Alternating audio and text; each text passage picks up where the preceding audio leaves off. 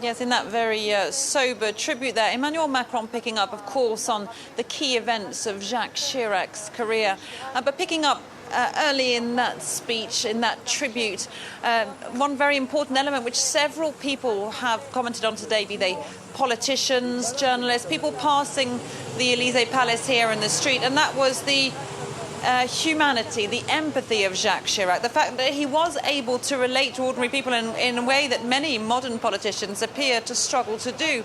He was famous in France for going up, shaking hands with people, sharing a drink or something to eat with them, and wasn't afraid of getting into a crowd and having a bit of repartee with people. And that's something that Emmanuel Macron paid tribute to today. And he also, of course, looked at some of the big moments in Jacques Chirac's long political career, notably his opposition to the 2003 US-led invasion of Iraq. That will go down in history when Jacques Chirac sent his then foreign minister to the United Nations to say non to the second Iraq war. That made echoes throughout history. Other very important moments here in France, France coming to term with its colonial past and also its role in the Second World War, including helping with the Nazi regime to deport some 76,000 people to concentration camps under Nazi rule. Jacques Chirac made a keynote speech here about that.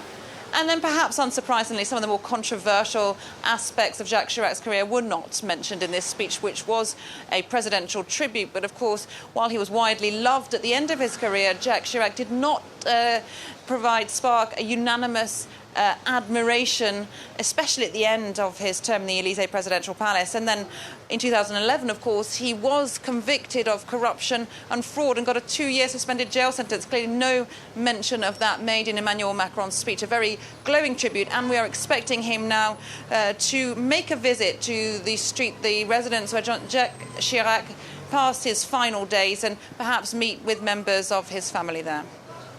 OK, and Catherine, what more do we know about official plans for sort of commemorations, really, to mark the death of the former President Jacques Chirac?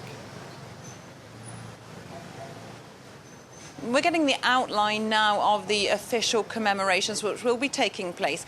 As of 9 p.m. here in Paris this evening, the Elysee Palace is opening its doors to members of the public if they want to come down here to central Paris and sign a book of condolence to share their memories, anecdotes of Jacques Chirac. They will be able to do so until Sunday. Then on Monday, France will hold a national day of mourning, including at midday on Monday what is being described as a solemn memorial service for Jacques Chirac that will be held at the church of Saint-Sulpice on the left bank of Paris. So clearly this will continue for quite some time. There's also talk about a state funeral for Jacques Chirac midweek. We're yet to get full details of exactly how it will run, but the outlines of this mourning period here in France now being announced. OK, well, thank you very much.